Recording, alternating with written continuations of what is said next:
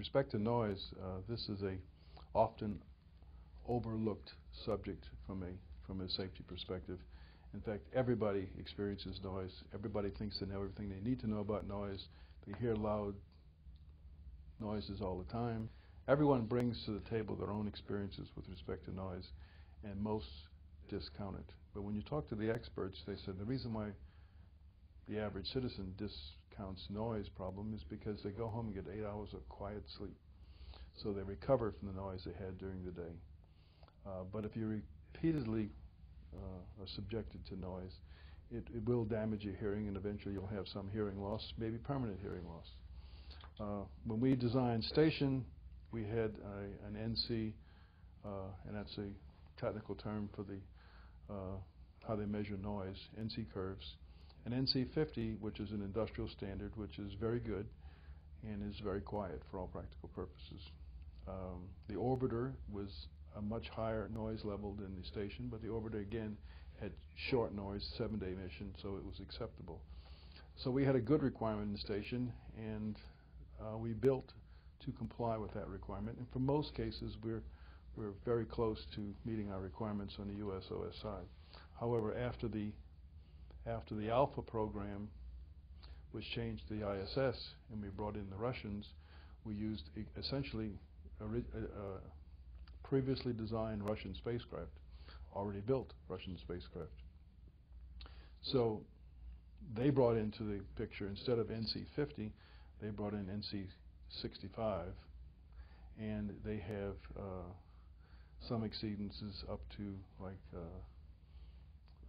75 or 80 dB in some locations. So it's very, very noisy in some locations. That has been a major contention. In fact, right before the service module, we went to the program manager and said, from a safety perspective, this is unacceptable. I said, the service module is way too noisy.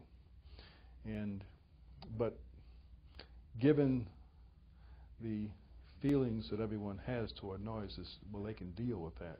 Put on a noise canceling headset, put in earplugs, do something, but you can deal with it. But earplugs cause irritation, and the crew members are not likely to wear it. Headsets hurt your ears after a while, so you can't wear them continuously. So the problem needed to be addressed. The noise expert here at JSC, to bring this point over to management, invited everyone over to his lab here.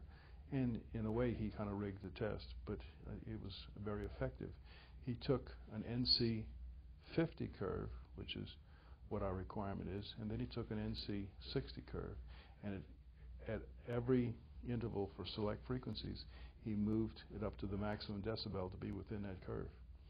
At NC50, you could look at it and say, this is okay, I can hear the humming, but it's an acceptable noise level. When he brought it up to NC60, personally I could only stand, it was about maybe 45 seconds before I got a headache.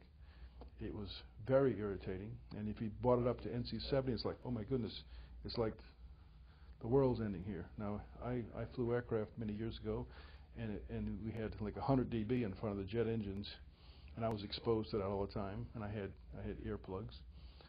And I didn't find that high, so I interpreted that as, well, that noise is not a problem. But when you're constantly exposed to that 24 hours a day, it is definitely a problem.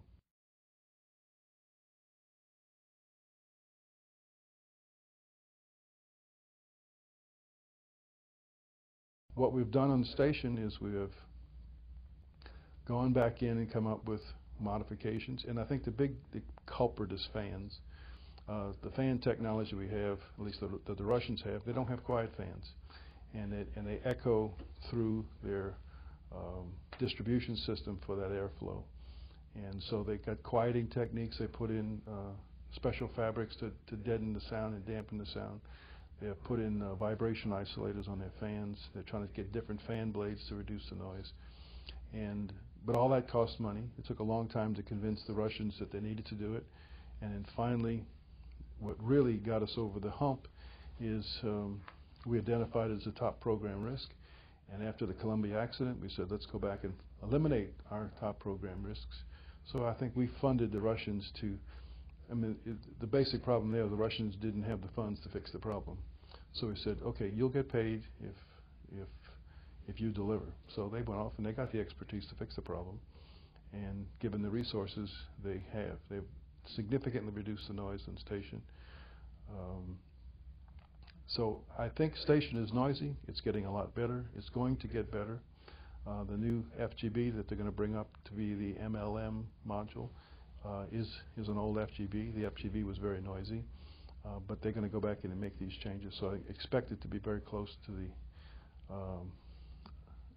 a mild exceedance to the NC 60 curve, or maybe below the NC 60 curve. So it's higher than the USOS, but it's going to be much lower and much quieter than the existing Russian segment. They actually designed noise dampening materials in their equipment as they built it, but when they did their all-up system test, they found out they failed. And that's the problem with noise, is that you think you've solved the problem until you do that integrated test late in the design. You're ready to launch, you're ready to send the thing out to the pad, you're in flight configuration, you go do a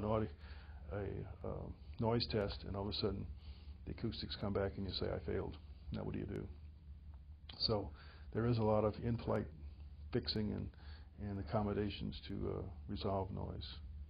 But I think it's noteworthy for people in the program to become familiar with the noise issue and know how severe it really can be, and they take it seriously, because I think it's a much overlooked subject. And the acoustics experts here at the center, I think, had an uphill battle every time they went to a major board to try to bring this up as an issue. It just wasn't taken seriously, because it's something everybody has experience with and everybody dismisses. But again, if you're a flight crew member and you have to live with that 24 hours a day and have headsets, it's very difficult.